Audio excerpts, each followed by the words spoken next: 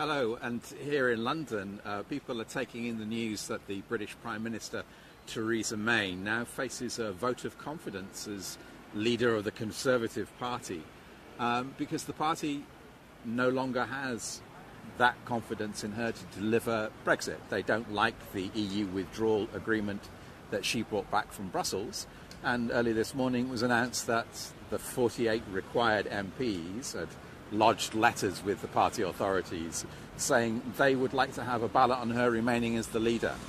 If she loses that ballot, then she'll stop being the Prime Minister. So Britain will then be looking for a new Prime Minister, which opens up another level of uncertainty. So there are several things going on here. First of all, Theresa May faced questions over her future as Prime Minister. She may win the vote, she may not win the vote. If she wins the vote, then she has to get her EU withdrawal agreement through Parliament. And one of the reasons why she's facing a vote of no confidence is that she doesn't seem to have the support of Parliament to do that. Even her own party will not give her their full support for her EU withdrawal agreement. If she doesn't win it, then we'll be looking for perhaps a leadership contest. She could win that leadership contest, or she could lose it, and Britain could have a new Prime Minister. Not necessarily from the Conservative Party. Could be a so-called unity candidate, which could come from anywhere. So the permutations are seemingly limitless. And behind that is the much bigger question of what happens with Brexit.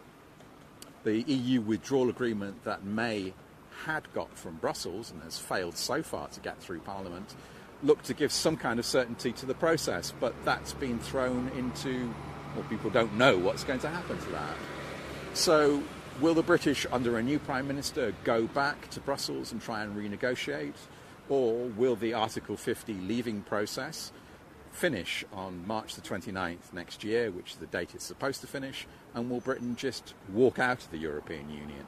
Now, this is called a kind of catastrophic or no-deal Brexit, which would mean many rules and regulations coming into operation which could affect trade between Britain and the European Union.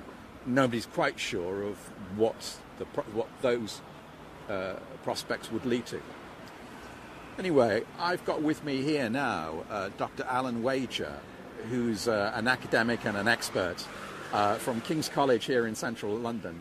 And we're going to talk a little about Theresa May and Brexit and what exactly is going on. Alan, so what happened this morning?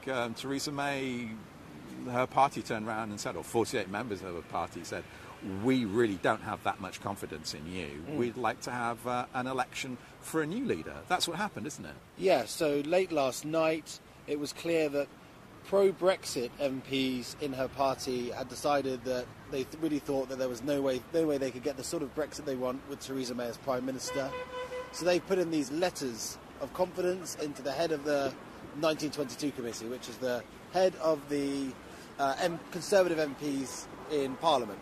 And now he's announced this morning there's going to be a vote among MPs this evening on whether or not she stays as Prime Minister.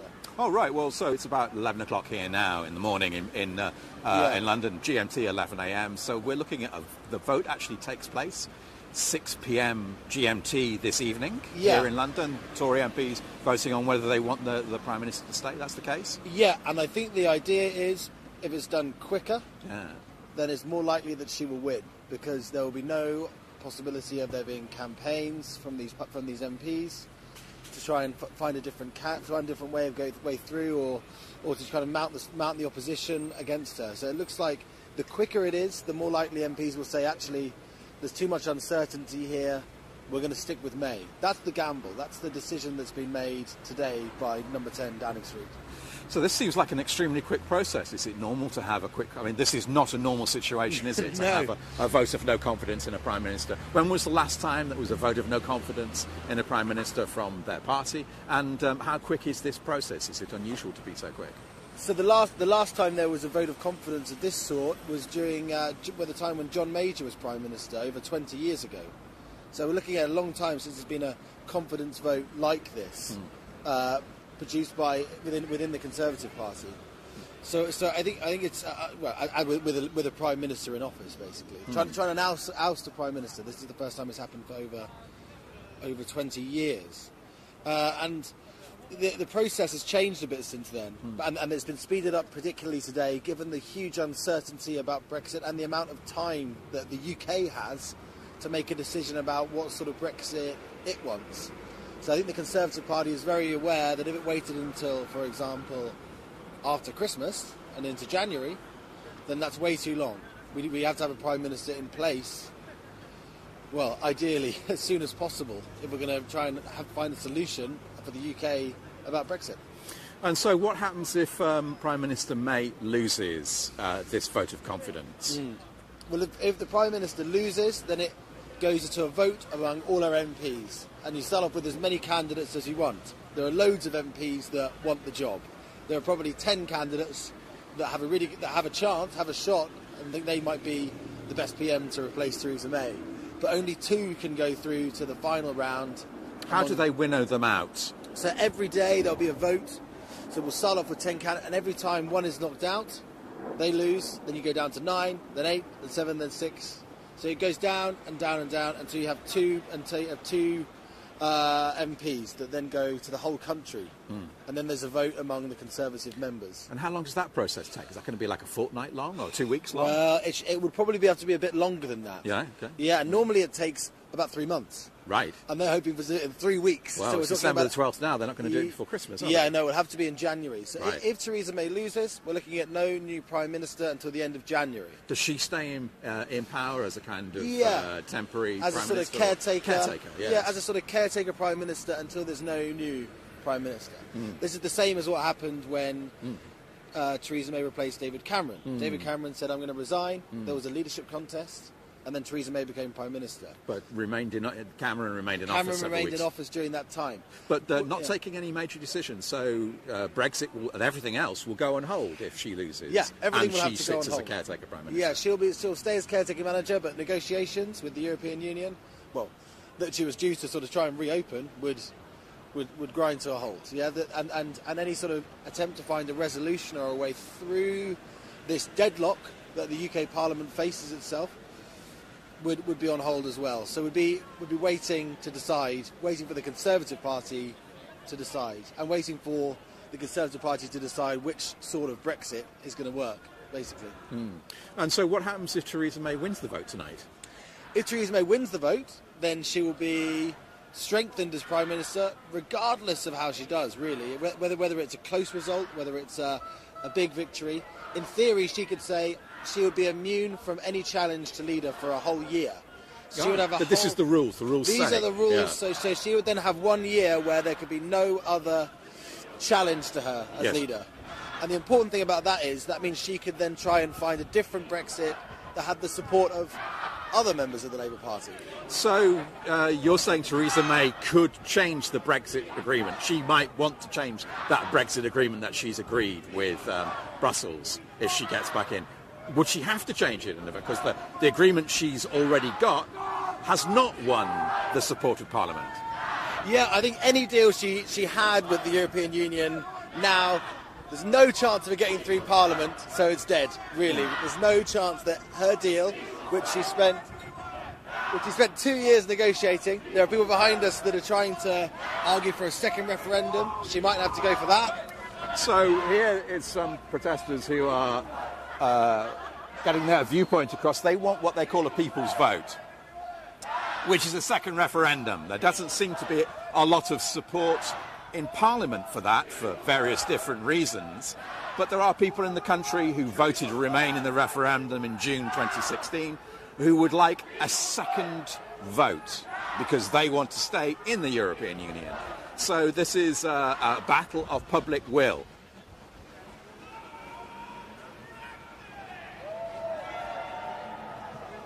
So returning back to our conversation, what is going to happen with Theresa May? If she stays as Prime Minister, what will that mean for the Brexit process? So will she look for it? We don't really have any certainty about what she does, except that the agreement she got from Brussels is not the one that Parliament at the moment likes. Yeah, and it's not the one that a whole load of Leave MPs think was what they campaigned for in the referendum back in 2016. And that's why some of them have said that they don't want her. Yeah, and that's why some of them have said they don't want her. And that's also why it makes it more possible for something like another vote, another referendum could happen, because if Leave MPs and Leave supporters can't agree on what they want, then those that campaigned for Remain in the referendum 2 years ago, for Britain to stay in the EU, will say, actually, well, we have no choice, there's deadlock, what can we do next? The only way out is to have another referendum. That's the argument of those that are campaigning for a further referendum on Brexit. But there's no party at the moment that's saying that they want a second referendum, particularly not the Conservative Party and particularly not Prime Minister Theresa May. No, Theresa May's not saying it, and importantly, neither is Jeremy Corbyn, the leader of the Labour Party. And they're the main opposition party. They're the main opposition party, and they'd be expected potentially to be campaigning for Remain, but they're worried that if they campaign for Remain, they'll lose all their voters that voted Leave. So they're very worried about the prospect of having to say, we want a second referendum, because they think that would be electorally, in the next election, they would lose. Yeah. But within that Labour Party, that's split in itself, isn't it? There are people in the Labour Party who would like to leave, some who would like to remain, some of the Remainers who want a referendum, some of them who don't. This looks a very complex, confusing and chaotic picture. Yes, because the Labour Party has no one position. Yeah. They're far more likely to be a Remain party than the Conservative Party. Their MPs, predominantly, almost all of them voted to Remain, want to remain in the EU, but they're really worried about their voters. So the difficulty is there's no clear opposition to Theresa May's deal, and that's what she'll be telling her MPs here tonight.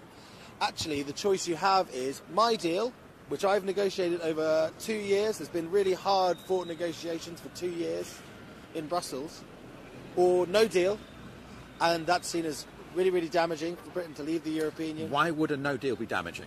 Well, there's all these sort of regulations that govern the UK's economy that we would lose immediately. So there would be a lot of sort of confusion about how all the regulations, for example, how planes would fly. We have a whole load of systems in place with the European Union that make sure that planes can fly across Europe. We would have big queues of lorries at the border between the UK and the EU. And that would drive up costs for businesses. Yeah, well, okay. Yeah. We predict that potentially the UK economy would be something like 8% smaller over the long term, over the next 10 years, if we have a no-deal Brexit. Right. So these economic forecasts are quite striking, and there's a lot of MPs are saying, under no circumstances we can have a no-deal Brexit, because no one campaigned to be poorer, they say. So I interrupted you earlier. You were going through the various prospects of what could happen, and we could have Theresa May's withdrawal deal, although that looks unlikely because she can't get the support. We could have a no deal, which you've just outlined. And so what are the other consequences that we could have? Well, could there be another referendum, which is a lot of people who think that they want one? I think it's increasingly possible to see a referendum, because people are not only saying that they want one, they're saying that there's no other alternative. And that's what they hope, is that enough Conservative MPs and enough Labour MPs that are faced with a decision see in the House of Commons there's no way there's any majority for Brexit, for any type of Brexit, so we need to say to the people, which type of Brexit do you want? And that's what the Remain campaigners are hoping. And they've seen a small increase in the opinion polls. There's been lots of opinion polling, lots of testing whether the British public still believes they want to leave. And a lot of that opinion polling shows a small move towards people actually saying maybe Remain. So. Right, so this is more than 2 years after the referendum in June 2016 that set Britain on a path to take Brexit. So that was a democratic vote. That was the biggest vote that's ever been taken in Britain, the most support for anything. No government has ever had that much support. Yeah. And 2 years, 4 or 5 months later, and there's been a small movement from that 52-48, 52 in favour of Brexit, 48 in favour of Remain. So it's pretty fair to say the country's quite split on this. Yeah, the country is divided, and the big worry for MPs is that if they put the vote back to the people and say let's have another public vote on this, the country will become even more divided. Whether you Leave or Remain is far more important to most people now than whether you vote Conservative or Labour or what your position in normal politics is. This referendum has become more important than anything else for people in politics. And if you have another vote on it, this divide in society will become permanent. And the hope is that somehow you get a position, or you get a Brexit deal or something that can mean that people can start to come back together and agree on a way forward. But if there's a referendum, that looks pretty unlikely. So MPs are having to make that sort of decision too. So we talked earlier about leaving under Article 50 of Britain leaving the European Union, and that the formal date for that is March the 29th, which is now less than 4 months away. Have the events of today and of the past week and of Theresa May withdrawing the vote that she was going to have on her withdrawal agreement from Parliament because she wasn't going to get enough support, has that brought this sudden Brexit at midnight on March the 29th any closer?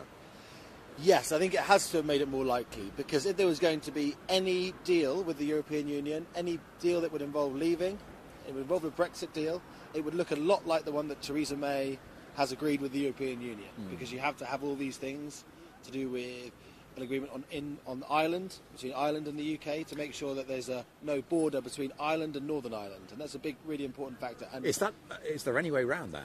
No, there's no real clear way that the EU would agree to anything that wouldn't have that in it. So Theresa May's deal, and the people that find most contentious, is this arrangement between Ireland and the EU and the UK about the border in Ireland. That's unavoidable. And why is the border in Ireland such an issue? It's the border between Ireland and Northern Ireland, which is like one of the constituent countries of Great Britain.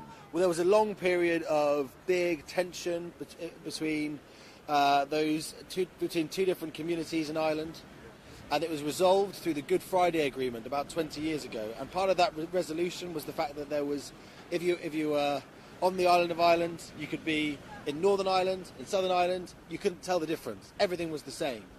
Brexit will mean that things will have to be different, because there will be two different regimes, economic regimes in these two countries. Two different legal regimes. There'll be a border to cross, there'll be border payments to be made, there will be two different police forces checking your vehicles. That's the case, isn't it? Yeah. So, and Theresa May's deal is an attempt to make sure that if there is two different regimes, they are as similar as possible on that island, right? And that's the difficulty, is if there's going to be any agreement with the EU, it's going to have a deal that involves that. And that's the issue that Conservative MPs find hardest to take.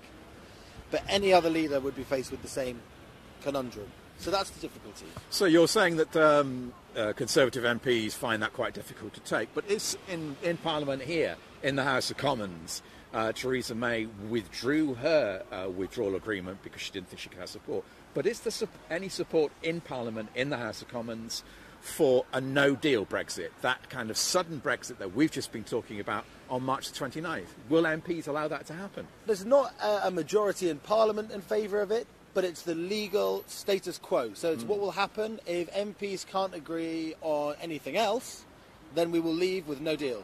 Because that's the legal position for the UK on the 29th of March next year. So, in about 3 months' time, the UK will leave the European Union on no deal unless MPs say we want to do this different thing instead. So even if there's no majority for no deal, which there definitely isn't, there's only about 100 out of 600 MPs support no deal. So, 15% of MPs support no deal. Yet it will still happen if MPs can't decide on something else. And that's the big conundrum facing British politics and these MPs today. And what role will the European Union play in that? Because, they're the other side of the deal. They have a say in things too, don't they? Yeah, but the European Union, some people have said maybe the European Union should try and have another negotiation, try and do something different, Have they got an appetite for that? No, there's no chance of the EU negotiating anything substantially different with Theresa May. With Theresa May? Yeah. Maybe with a different Prime Minister? And, well, Angela Merkel, the German leader, has said any other leader would face exactly the same difficulties. It doesn't matter who's leader, the choices are the same. So actually, it's hard to see if the Conservative MPs today decide to change the Prime Minister and they install a new Prime Minister, how anyone could get a different deal substantially with the European Union now before next March. It looks almost impossible. And so what's the feeling here, and what's your feeling about if Theresa May will win tonight?